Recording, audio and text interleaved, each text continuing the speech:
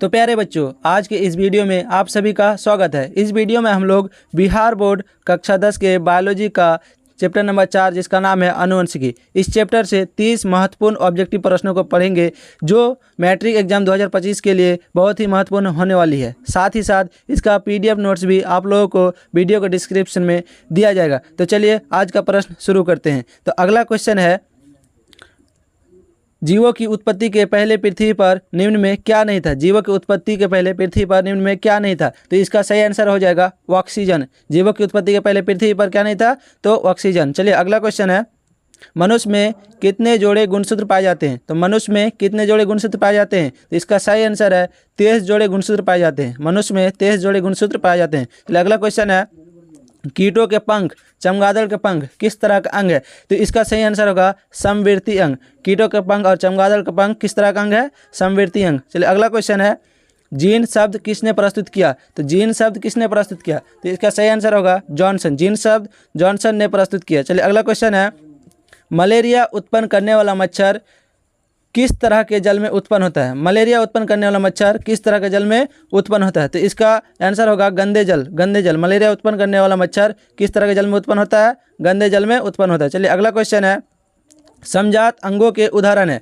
तो समजात अंगों के उदाहरण क्या होगा। इसका सही आंसर है हमारा हाथ तथा कुत्ते का अग्रपद। हमारे हाथ तथा कुत्ते का अग्रपद। चलिए अगला क्वेश्चन है, विकासीय दृष्टिकोण से हमारी किससे अधिक समानता है। तो विकासीय दृष्टिकोण से हमारी किससे अधिक समानता है। तो इसका सही आंसर हो जाएगा चिंपैंजी। चिंपैंजी। विकासीय दृष्टिकोण से हमारे किससे समानता है, चिंपैंजी से। चलिए अगला क्वेश्चन है, मेंडल ने अपने प्रयोगों के लिए किस पौधे को चुना। मेंडल ने अपने प्रयोग के लिए किस पौधे को चुना। तो इसका सही आंसर हो जाएगा मटर। मटर। मेंडल ने अपने प्रयोगों के लिए मटर के पौधे को चुना। चलिए अगला क्वेश्चन है, प्रसिद्ध पुस्तक द माइक्रोग्राफिया किनके द्वारा लिखी गई थी। प्रसिद्ध पुस्तक द माइक्रोग्राफिया किनके द्वारा लिखी गई थी। तो इसका सही आंसर होगा रॉबर्ट हुक। Robert Hooke. प्रसिद्ध पुस्तक द माइक्रोग्राफिया रॉबर्ट हुक द्वारा लिखी गई थी। चलिए अगला क्वेश्चन है, निम्न में से कौन बौने पौधे को दर्शाता है। निम्न में से कौन बौने पौधे को दर्शाता है। तो इसका सही आंसर हो जाएगा स्मॉल टी। स्मॉल टी जो कि बौने पौधे को दर्शाता है। चलिए अगला क्वेश्चन है, निम्न में से कौन सा अभिलक्षण वंशागत नहीं है। निम्न में से कौन सा अभिलक्षण वंशागत नहीं है। तो इसका सही आंसर हो जाएगा बाल की प्रकृति। बाल की प्रकृति क्या है, वंशागत लक्षण नहीं है।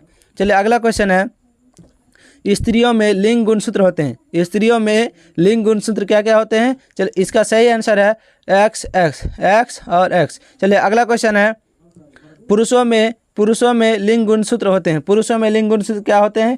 तो इसका सही आंसर हो जाएगा एक्स और वाई। चलिए अगला क्वेश्चन है, मनुष्य का वैज्ञानिक नाम है। तो मनुष्य का वैज्ञानिक नाम क्या होगा। चलिए बताइए मनुष्य का वैज्ञानिक नाम क्या होगा। तो इसका सही आंसर होगा होमो सेपियंस। मनुष्य का वैज्ञानिक नाम होमो सेपियंस होगा। चलिए अगला क्वेश्चन है, मानव का उद्भव कहाँ हुआ था। मानव का जो है उद्भव कहाँ हुआ था। तो इसका सही आंसर हो जाएगा अफ्रीका। मानव का उद्भव कहाँ हुआ था, अफ्रीका में। चलिए अगला क्वेश्चन है, वंशागत नियमों का प्रतिपादन किसने किया। वंशागत नियमों का प्रतिपादन किसने किया। तो इसका सही आंसर क्या होगा। इसका सही आंसर हो जाएगा Gregor John Mendel. Gregor John Mendel ने वंशागत नियमों का प्रतिपादन किया। चलिए अगला क्वेश्चन है, आनुवंशिकी का पिता कहा जाता है। तो आनुवंशिकी का पिता किसको कहा जाता है। तो इसका सही आंसर होगा मेंडल को। आनुवंशिकी का पिता किसको कहा जाता है, मेंडल को। चलिए अगला क्वेश्चन है, द ऑरिजिन ऑफ स्पीसीज नामक पुस्तक के लेखक कौन है। द ऑरिजिन ऑफ स्पीसीज नामक पुस्तक के लेखक कौन है। तो इसका सही आंसर हो जाएगा Darwin. Darwin. The origin of species नामक पुस्तक के लेखक डार्विन है। चलिए अगला क्वेश्चन है, किसी जीव की जीनी संरचना कहलाता है। किसी जीव की जीनी संरचना क्या कहलाती है। किसी भी जीव की जीनी संरचना क्या कहलाएगी। तो इसका सही आंसर हो जाएगा जीन प्रारूप या जीनोटाइप। जीन प्रारूप या जीनोटाइप। चलिए अगला क्वेश्चन है, निम्नलिखित में से कौन सा अवशेषी अंग मानव में पाया जाता है।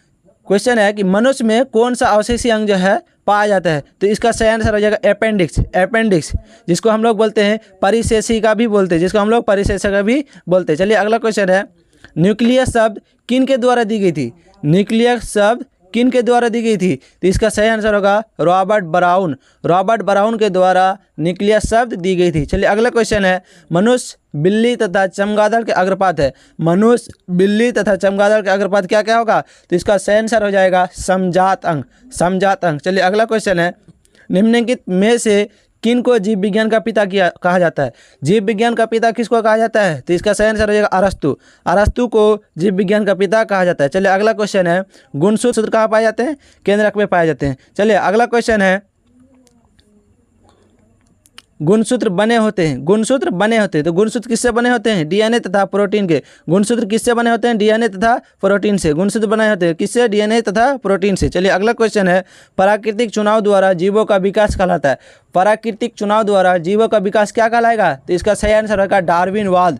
डार्विनवाद, डार्विनवाद। चलिए अगला क्वेश्चन है, जीन कहाँ पाए जाते हैं? तो जीन कहाँ पाए जाते हैं? तो इसका सही आंसर रहेगा गुणसूत्र में। जीन कहाँ पाए जाते हैं? गुणसूत्र में पाए जाते हैं। चलिए अगला क्वेश्चन है, निम्नलिखित में से किसे आनुवंशिकी का पिता कहा जाता है?